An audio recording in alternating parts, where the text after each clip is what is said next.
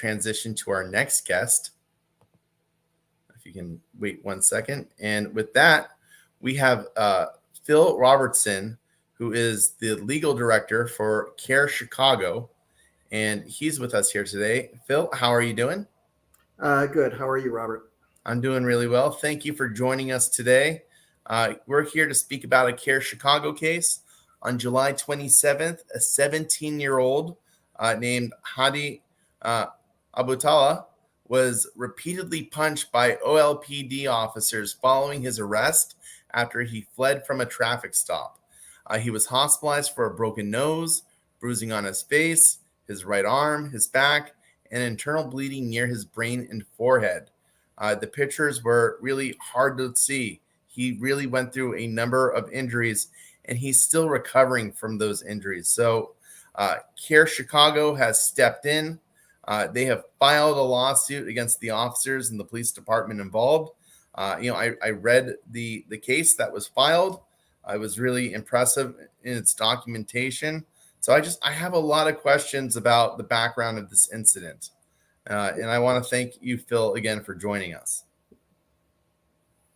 And yeah, so no problem. If you want to chat, yeah. Would you like to say anything else we maybe missed about the case summary before we jump into the questions? No, I think you nailed the high points. The summary that we have in the complaint is based on obviously the video evidence that we have and the testimonial evidence that we've obtained so far. But we do have FOIA requests into the police department so that we can obtain further records. So at some point, we may be amending those complaints to add in more factual details, but I think you've got the brunt of them.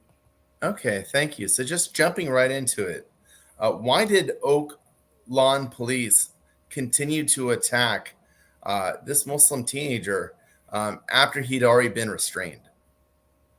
Well, that's the good question that we're all wondering.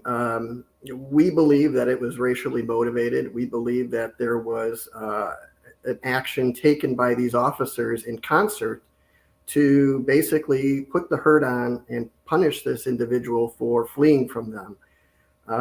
If you look at the video, even their video, you can see that he's a passenger in the car. He was requested to exit the vehicle by the police officer. He complied, and then he took off after realizing that maybe there was something going on here that really probably shouldn't have been going on, and probably felt for his own life that there may be some jeopardy. Took off.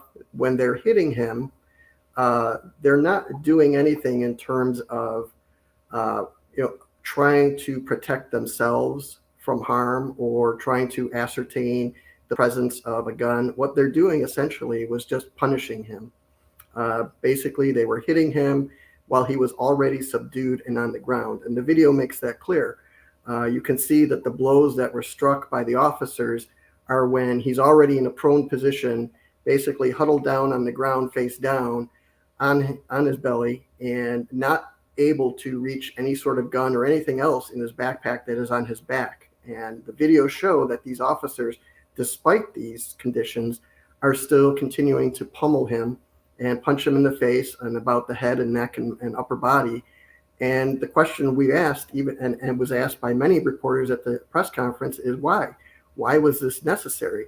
And the answer came back to us, according to the Oak Lawn Police Department, that this was necessary because they felt that there was lethal force justified in that situation. And all of us looking at that video can say there is no lethal force that is justified in that situation. Now, the individual had a bag. There were contents in that bag. The police are citing the contents of that bag as justification for what they were doing, but they had no legal reason to search himself or his property. How can the police justify their actions upon what they are later trying to say they found? Right, and that's another issue. There was a question posed at the press conference to the chief, and it was, well, how did the officers know that he had a gun? And the chief responds by saying, well, they could tell by the way he was running. And all of us looked at that and said, no, that's just not actually believable at all. So it's our position, and it's Hattie's position, that this wasn't any knowledge of a gun that precipitated the pursuit and then the subduing on the ground and then the pummeling. This had nothing to do with that at all. This was simply just racial bias being taken out on a 17-year-old boy who they thought maybe was a threat for something. But at the time when they were pummeling him, they had no idea of what that threat might be. It could have been a gun. He could have run because he had drugs or something else. There are many reasons why he could have fled, one of which being a very reasonable apprehension that his life or safety was in danger, which gave him reason to believe that maybe this was not the safest situation for him.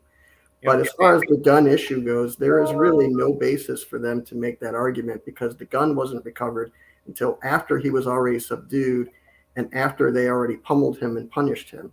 So as far as the argument that they were trying to protect themselves from the gun or search for the gun, none of that is borne out by the videos at all or the facts of this case at all. And just looking how the police, they comported themselves, Oakland police are saying that their officers acted according to standard training. It appears that one of the abusing officers was a trainer himself. Is this true? Did they really act according to training? Well, we're hoping that their training was much better than what is shown by this video. But one of the reasons we've included a Monell count in our complaint is that we believe that it probably wasn't. And unfortunately, if one of the officers who was engaged in this was the person responsible for doing the training at that police department, then we have some real serious concerns about the training that's going on at the Oak Lawn Police Department. And we, if this is consistent with training there, then their training needs to be revised because this is not per protocol, per handbook at any other police department.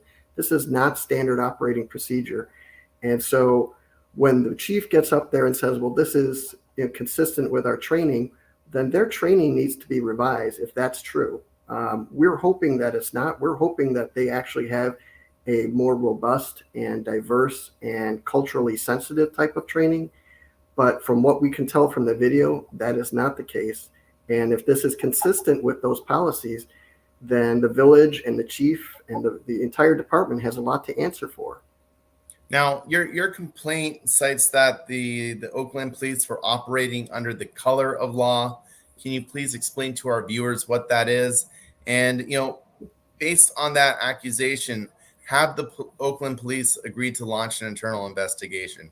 Or do you even think that investigation could be trusted? Well, it's a couple different questions. The color of law issue basically means that they were officers duly authorized and sworn to protect and uphold the law and protect and serve the public in that capacity. So they were acting under color of state law, meaning basically that they had the authority to act to enforce the laws of the state. But were they? Well, in our opinion, no. What they did was well beyond what they are authorized to do as officers of the law. So going back to your question, the under color of state law basically means that when they were doing it, they were in their official capacity of doing so, as opposed to being in a personal capacity. Mm-hmm. So because of that. Yeah, and so because of that, now we're able to proceed under certain statutes like Section 1983 and other statutes that protect people from this very type of excessive force. You had some follow-up questions on that? Yeah, just because the police clearly state that they were doing their duty, but we know that they were being excessive in force. Has the police agreed to launch an internal investigation? Sorry, I probably could have phrased that whole question better, but yeah, they have agreed to do that. I believe that was part of their public statement that they were going to engage in that. But typically when that happens, usually the officers are put on desk duty. Basically what's called administrative leave, where they're assigned to a desk job and taken off of the street. I don't think that has happened here. So, that already fact number one makes me concerned that maybe they're not taking this very seriously. Fact number two is we don't know who's doing the investigation, who's going to run it, how it's going to be run, what the circumstances are, what the protocol is. We don't know anything about how thorough it's going to be, who they're going to talk to, etc. So to answer your second question, then I'm not sure I would trust an internal investigation. And I do think that perhaps there might be some benefit in assigning it to an independent third party to conduct that investigation. I think that would probably be beneficial for us, but also possibly to them, because if the videos are any evidence of how they do things in-house, I think there's a lot of work that needs to be done there. And I'm not certain I would put very much faith in the results of that investigation internally. Now, speaking of videos, have the police released the full video or an edited version of the video? What we saw at the press conference was an edited version, and they acknowledged that they did cut out parts of that. We believe that there were reasons why they cut out parts of that, and that was the parts that show the exonerative conduct by our client, things that basically show that he didn't do anything wrong and did not deserve this type of punishment. Then we believe that those parts will be coming out during discovery, and we'll end up actually seeing those perhaps even sooner if we get them as a result of the FOIA request, which we should. So, at some point, like I said, we may be amending the facts of the complaint based on whatever those further videos show. But the video that we have from a bystander clearly shows that the individual, our client, was already down on the ground and subdued at the time they started just beating him mercilessly. And so I think the parts of the video that are missing from the Oak Lawn Police Department are parts where, such as the audio, where you can hear Hadi screaming out for help and asking them to stop and pleading with them. We believe all of that is actually out there, either in their video cameras or in other bystander video cameras. And we'll be obtaining that and releasing that to the public as it becomes available to us. Well, what do you hope to achieve in this case? Well, what we hope to achieve in every case, which is justice for our client. In this case, we have a 17-year-old boy who was basically just a passenger in a car. He was just sitting there. They pulled the car over. They asked the driver to step out, which they would be able to do depending on the circumstances. But we believe that the whole thing unraveled quite unlawfully. I mean, from start to finish. We're not even sure they had a proper basis to pull the car over. To begin with, to question this driver, let alone question a passenger who's sitting in there with no evidence of wrongdoing, just sitting in a car as a passenger. They had no basis for requesting him to get out of the car, and therefore, if there's no basis for them to make the request, there's no way for him to comply. The whole series of events would never have unraveled. But because of their police work or the lack thereof, this situation got out of hand much faster than it needed to. And our client was simply a person who was put in a bad position that was made much worse by the actions of these officers. And hopefully, at the end of the day, Hattie will also get justice, but there will be some improvements in Oak Lawn as well. A more responsive police department, perhaps a more diverse police department, one that is culturally sensitive to these types of issues. One where persons of color are not treated as second-class citizens or have their rights violated. So we hope to not only make make benefits for Hattie to make him whole again, but we also hope to see some justice done there in Oak Lawn as well, to fix a system that appears to be seriously broken. Thank you so much. Just one final question before I let you go. What's your advice to Muslims or really anyone that's experienced police brutality, excessive force, other acts of discrimination? Well, obviously, I think call CAIR, but there are other things too. I mean, if they've already experienced the brutality and the harassment or any other type of misconduct like that, such as excessive force, they should be reaching out to lawyers, reaching out to CAIR, reaching out to the media and letting them know that these situations are occurring. If it hasn't occurred yet and they're concerned about it, then one of the things that I encourage them to do would be to attend perhaps one of our Know Your Rights sessions, or look online on our website to learn about some of the things that they can do as private citizens to protect their own rights. What are your rights when a police officer says, get out of the car? It doesn't matter if you're the driver, it doesn't matter if you're a passenger, it doesn't matter what's in the car. or what the officers see.